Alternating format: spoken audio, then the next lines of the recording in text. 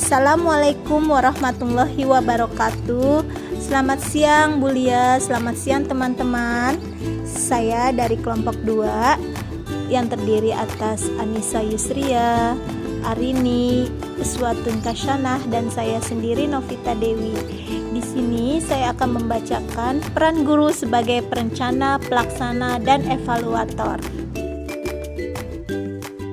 Peran guru sebagai perencana.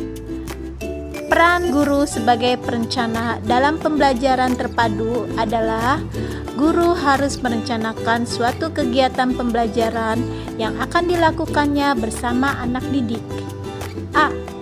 Perencanaan tahunan. Dalam perencanaan tahunan sudah ditetapkan, disusun kemampuan keterampilan dalam pembiasaan-pembiasaan yang diharapkan dicapai anak didik dalam 1 tahun. B. Semester. Program semester adalah program tahunan yang dibagi menjadi 2, yaitu dalam 2 semester. C. Perencanaan mingguan. Perencanaan mingguan berisi kegiatan-kegiatan dalam rangka mencapai kemampuan yang telah direncanakan untuk 1 minggu sesuai tema pada minggu tersebut. D. Perencanaan harian. Perencanaan harian merupakan perencanaan pembelajaran untuk setiap hari yang dibuat oleh guru yang dijabarkan dari semester kegiatan mingguan. Selanjutnya akan dibacakan oleh Ibu Arini. Selanjutnya, langkah-langkah penyusunan perencanaan untuk pembelajaran terpadu seperti yang disarankan oleh konseling adalah: 1. Menuangkan ide Anda ke dalam tulisan. Masukkan beberapa kegiatan yang berkaitan dengan tema ke dalam rencana Anda. Pertimbangkan waktu untuk melaksanakannya dan siapkan kegiatan-kegiatan yang tidak berhubungan dengan tema untuk memberikan kesempatan pada anak yang tidak menyukai tema yang telah ditetapkan. Yang kedua, periksa sekali lagi rencana pembelajaran tersebut. Pastikan bahwa paling sedikit ada 3 jenis kegiatan yang berhubungan dengan tema dalam 1 hari. Pastikan bahwa dalam 1 minggu seluruh aspek perkembangan yang akan dicapai sudah tercantum dan akan dilaksanakan. Yang keempat, jika dalam perencanaan Anda terdapat kerjasama dengan para ahli seperti dokter, guru musik, polisi, Pak Pos, dan lain-lain, pastikan Anda telah menyampaikan isi tema yang akan Anda terapkan pada kegiatan pembelajaran tersebut.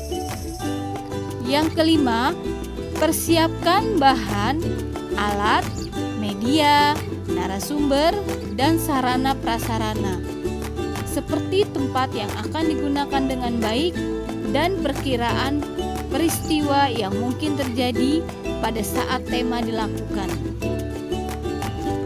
Secara lebih khusus, perencanaan yang harus disusun oleh guru tersebut dituangkan dalam perencanaan mingguan dan perencanaan harian yang akan dijelaskan berikut ini.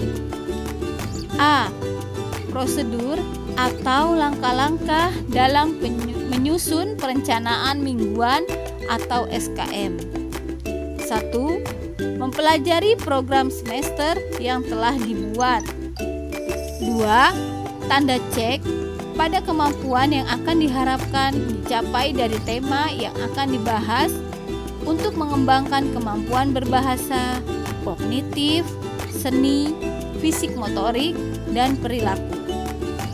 Yang ketiga, membagi indikator kemampuan yang diharapkan akan dicapai dengan jumlah minggu dalam 1 semester atau 17 minggu. Yang keempat, memberi tanda atau nomor kode pada masing-masing indikator kemampuan pada setiap bidang pengembangan. Yang kelima, menetapkan kegiatan pembelajaran sesuai indikator kemampuan dan sesuai dengan subtema yang merupakan hasil penjabaran. sebagai prosedur atau langkah-langkah penyusunan kegiatan harian atau SKH, yaitu menganalisis SKM yang telah disusun, menetapkan tema atau subtema sesuai dengan SKM, menetapkan indikator kemampuan yang akan dicapai pada hari itu yang dicermati dari SKM, tentukan bentuk sesuai tahap perkembangan anak, tema, dan waktu, menentukan pengorganisasian pelaksanaan kegiatan, menetapkan materi, alat, bahan, dan media yang digunakan dalam tema tersebut, menetapkan penilaian perkembangan anak dalam proses belajar mengajar atau KBM. Susunlah semua komponen tersebut ke dalam format yang telah disediakan. Kemudian peran guru sebagai pelaksana.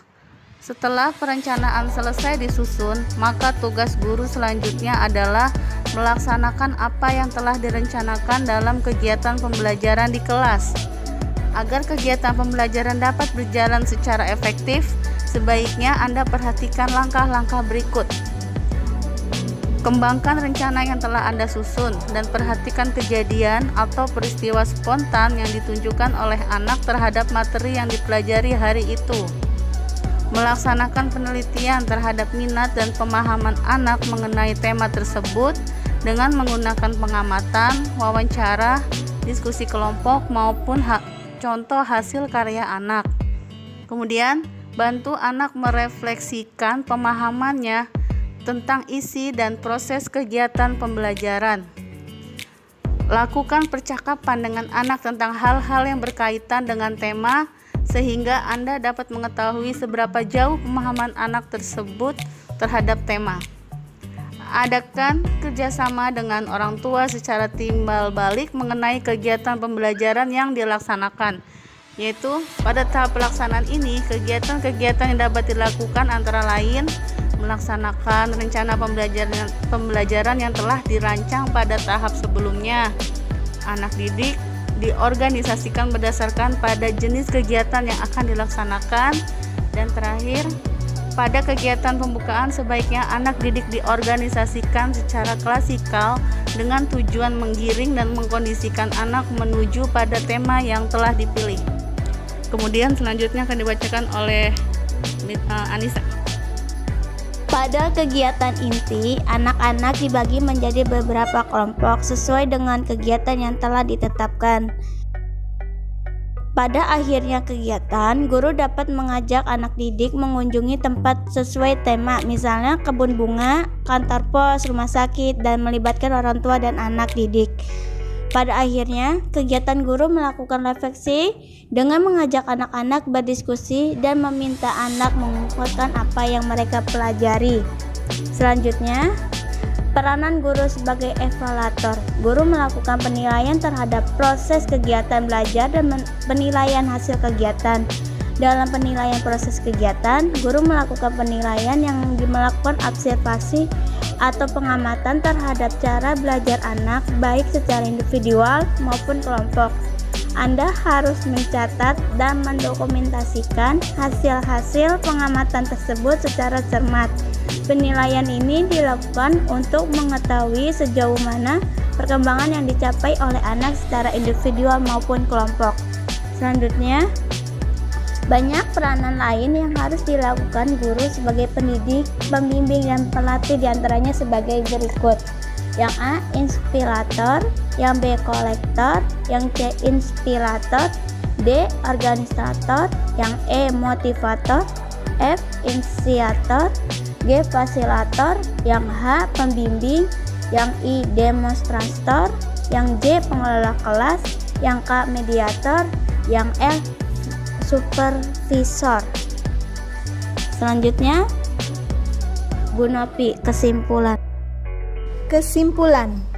Peran guru sangat penting dan sangat menentukan keberhasilan atau ketercapaian tujuan sesuai dengan yang telah ditetapkan. Seperti juga dalam kegiatan pembelajaran dengan pendekatan yang lainnya. Peran guru TK dalam pembelajaran terpadu adalah sebagai perencana, pelaksana, dan sekaligus juga sebagai evaluator.